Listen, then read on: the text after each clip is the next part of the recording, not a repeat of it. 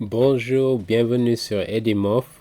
Aujourd'hui, donc, après avoir examiné les deux signes de Moïse dont Branham nous dit qu'il aurait reçu d'un ange de Dieu, qui lui aurait donné le don de guérison pour les nations. Aujourd'hui, donc, nous allons nous arrêter sur des faits concernant des guérisons que Branham aurait prononcées, des personnes qu'il aurait prononcées guéries, mais qui, après quelque temps, soit la guérison n'a pas eu lieu, soit la personne elle-même est décédée. Donc, si vous êtes branhamiste, je sais que beaucoup d'entre vous ont entendu parler de miracles de guérison que William Branham aurait opéré.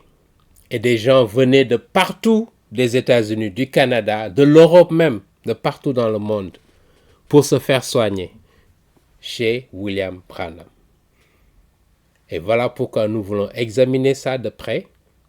Et nous voulons comparer les guérisons que William Branham aurait opérées avec les guérisons dont on nous parle dans les évangiles, les guérisons de Jésus-Christ, également les guérisons des apôtres.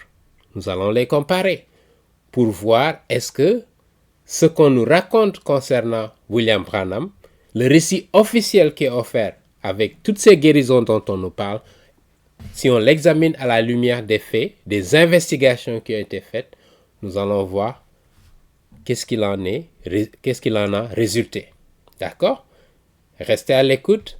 Donc, nous allons nous arrêter sur un certain nombre de guérisons. Nous allons commencer. William Branham, donc, durant ses séances de réveil, partout aux États-Unis, au Canada, dans le monde entier, en Inde, en Afrique du Sud, il est allé dans un certain nombre de pays, en Europe scandinave, etc.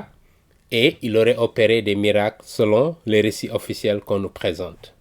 Mais regardons de près ce que certains faits révèlent. Si vous êtes branhamiste, vous n'êtes pas au courant de ces faits, nous voulons vous les présenter. Donc, un certain Alfred Paul, qui était un révérend qui vivait ou qui vit au Canada et qui a connu William Branham, qui est venu au Canada pour ses séances de réveil et ses séances de guérison. Examinons de près, il a écrit un livre, un document qui s'appelle « Les 17 raisons pour lesquelles j'ai quitté le mouvement du parler en langue ». Et vous avez les références ici, vous pouvez prendre note. Examinons de près ce qu'il dit dans ce document. Il dit ce soir-là, lorsque William Branham eut terminé sa session de réveil dans l'auditorium de l'église, je le conduisis, notez bien, donc ça c'est un témoin oculaire. Si vous êtes branhamiste, je voudrais rappeler que ça ce ne sont pas des on dit, c'est des gens qui étaient présents lorsque William Branham a déclaré ces personnes guéries. Lisons de près ce que la personne dit. Et si vous estimez que ce que je présente ne correspond pas à la vérité, je suis prêt à être confronté et à revenir sur ça si vous arrivez à me prouver que ce que le monsieur déclare ne correspond pas à la vérité. Parce que notre objectif ici dans ce ministère, c'est toute la vérité, rien que la vérité. S'il y a quelque chose que je dis qui ne correspond pas à la vérité, vous êtes libre de m'exposer. D'accord? Et si je me rends compte que je me suis trompé, je vais déclarer devant tout le monde que je me suis trompé. Voilà comme ça comment notre ministère fonctionne. Parce que nous ne voulons pas induire qui que ce soit en erreur. Les enjeux sont trop importants pour avoir, je dirais, un ego. D'accord? Je suis prêt à dire que je me suis trompé si ça peut aider quelqu'un à se rapprocher de Jésus-Christ. D'accord? Je n'ai pas ce problème. Donc, continuons la lecture. Il dit, je le conduisis dans sa chambre, William Branham, donc, où il pria pour elle. Donc, c'est une personne qui était malade. Donc, après la session de réveil qu'il a eue, il est allé rencontrer une malade. Et on verra plus loin que cette personne est atteinte de cancer. Et vous vous rappelez, William Branham nous avait dit que l'ange lui a dit, s'il prie, d'accord, et il est sincère, rien ne pourra l'arrêter, même le cancer. C'est lui-même qui l'a déclaré. allons voir, cette personne est atteinte de cancer, regardons de près. D'accord? Il déclara qu'elle était guérie. Donc William Branham va prier pour elle et déclara que la personne est guérie. Inutile de dire que nous nous sommes tous réjouis ensemble. D'accord? Donc ce révérend pasteur-là, qui s'appelle Alfred Paul, s'est réjoui parce que William Branham a déclaré cette personne guérie. D'accord? Il dit c'est avec joie qu'ils sont rentrés en ambulance et en avion dans leur maison près de Regina. Regina, c'est au Canada. D'accord? Donc, à plus de 300 km, ils sont rentrés se réjouissant parce que William Branham l'a dit que la femme est guérie. D'accord? Maintenant, notez bien ce qui va suivre. Quelques jours plus tard, ce cher frère, d'accord, était assis devant moi dans notre bureau. D'accord? Le cœur lourd et l'esprit troublé. Il avait parcouru près de 300 km pour me parler. Donc il est revenu encore pour voir le père, le révérend Alfred Paul. Et avant qu'il ne le fasse, j'avais déjà pressenti ce qui s'était probablement passé. Mais malgré cela, sa question m'a frappé de plein fouet. Il dit, frère Paul, révérend Paul, dit-il, vous étiez là, parce qu'il était témoin oculaire, près du lit de ma femme. Donc c'est le mari de la femme pour qui William Branham a prié. Notez bien ce qui s'est passé. La nuit où William Branham a prié pour elle, elle a déclaré guérie. Il lui rappelle, mon père, mon révérend Alfred, vous étiez là lorsque William Branham a prié pour ma femme. Il dit oui, répondis-je. Il a été honnête. Il dit j'étais là. Il poursuivit. Pouvez-vous me dire, maintenant il pose la question, comment il se fait que ma femme qui a été guérie il y a quelques jours se trouve maintenant dans la tombe? Vous remarquez cette tragédie? William Branham qui déclare que cette femme est guérie du cancer. Parce que justement, l'ange lui a dit, quand tu pries, même le cancer ne pourra pas te résister. Vous comprenez? Et la femme qui l'a déclarée guérie quelque temps après est décédée.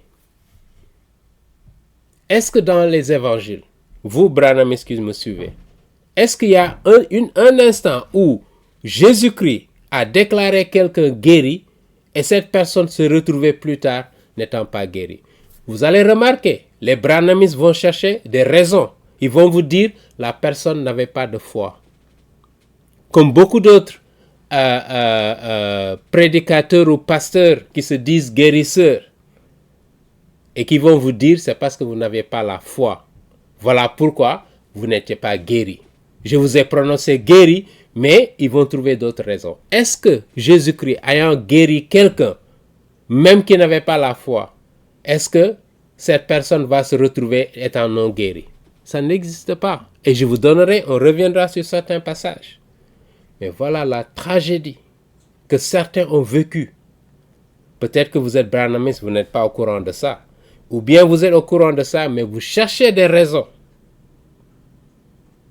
Vous cherchez des raisons pour justifier que William Branham n'est pas un faux prophète.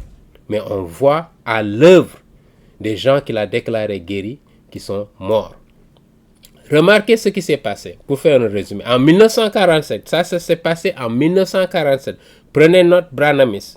À Regina, au Canada, lors d'un réveil, Branham déclara guéri d'un cancer la femme d'un pasteur prééminent. Encore une fois, c'est la femme d'un pasteur. D'accord? Vous imaginez ce pasteur-là, lorsqu'il va retourner, comment les gens peut-être qui portaient leur foi en lui, lui qui va être déboussolé, quelqu'un qui se déclare un prophète de Dieu, et il voit que sa femme fait les frais justement de cette supercherie. Le pasteur et sa femme ont éclaté de joie et le mari fit la part de la nouvelle palpitante de la guérison de sa femme. Lors d'une émission, il y avait une émission radio dans l'Ontario au Canada. Plus tard dans cette même semaine, il est venu à la radio, il a dit, il a fait part de cette bonne nouvelle que sa femme était guérie. Parce que justement, ils ont cru en William Branham. Parce que William Branham vous dit précisément, pour que vous soyez guéri, vous devez croire en lui. Et ces personnes-là ont cru en lui. Donc, ils ont fait tout ce que William Branham leur a dit. Et pourtant, sa femme est décédée. À sa grande surprise, sa femme mourut quelques jours plus tard du cancer dont Branham avait déclaré qu'elle était guérie. Prenons un autre exemple. D'accord? Et ici, le révérend père Alfred, je le rappelle, qui était secrétaire missionnaire des assemblées pentecôtistes du Canada. Donc c'est quand même une fonction assez importante. Et ce n'est pas n'importe qui, c'est quelqu'un qui connaît la parole. Mais il a été fourvoyé par William Branham. Il a été fourvoyé par William Branham, qui lui a fait croire qu'il était un prophète de Dieu, un guérisseur qui a reçu les 2 dons, les 2 signes de Moïse, pour dire que c'était un prophète de Dieu, alors qu'il était un faux prophète. D'accord? Il a servi de guide et d'hôte à William Branham. Notez bien. D'accord? Lors des sessions de réveil tenues dans l'ouest du Canada, il révélera plus tard que de nombreuses personnes que Branham avait déclarées guéries étaient ensuite décédées lui-même. Donc, à part cette femme dont il a parlé dans ce document des 17 raisons pour lesquelles il a quitté le mouvement du parler en langue, il a d'autres personnes, il a dit de nombreuses personnes avaient été déclarées guéries, ensuite elles sont décédées. Et a fourni des témoins. Non seulement il a déclaré cela, mais il a fourni des témoins pour valider ses affirmations, ses allégations. Pour dire qu'il ne racontait pas n'importe quoi. Là, vous avez son livre qui est écrit en 1982. Donc, plusieurs années après, il a fait des investigations. Il s'est rendu compte que William Branham est un imposteur, un faux prophète. Donc, Alfred a également révélé que Branham acceptait, notez bien ici, ça va de pair, acceptait d'importantes sommes financières de la part de personnes qu'il déclarait guéries. Parce que justement, quand on te dit que tu es guéri du cancer, mais tu es prêt à tout payer, à tout donner. Si tu as toutes des épargnes que tu as accumulées pendant des années, quelqu'un vous dit qu'il vous a guéri du cancer, parce que le cancer, ça tue, on le sait. D'accord? Et William Branham, il récupère aussi ces sommes d'argent. D'accord? Il le rappelle ici. Il acceptait d'importantes sommes financières de la part de personnes qui déclaraient guéries, y compris celles qui sont décédées par la suite. On n'a pas les chiffres de ce que la personne-là qui est décédée du cancer a donné. Et elle n'était pas la seule, plusieurs personnes. Et la Bible nous rappelle, dans la 2e épître de Saint Pierre, si vous faites de la parole de Dieu une marchandise pour votre propre intérêt, vous allez rendre compte à Dieu. Nous allons nous arrêter ici. Ça, c'était le premier exemple que je voulais donner. Nous allons revenir dans une série de vidéos sur d'autres exemples concrets qui prouvent que William Branham n'était pas un guérisseur, contrairement à ce qu'il a fait croire à des milliers de gens, sans parler des autres problèmes que nous avions évoqués dans nos vidéos précédentes. D'accord? Que le Seigneur vous bénisse. Merci de votre attention. À très bientôt.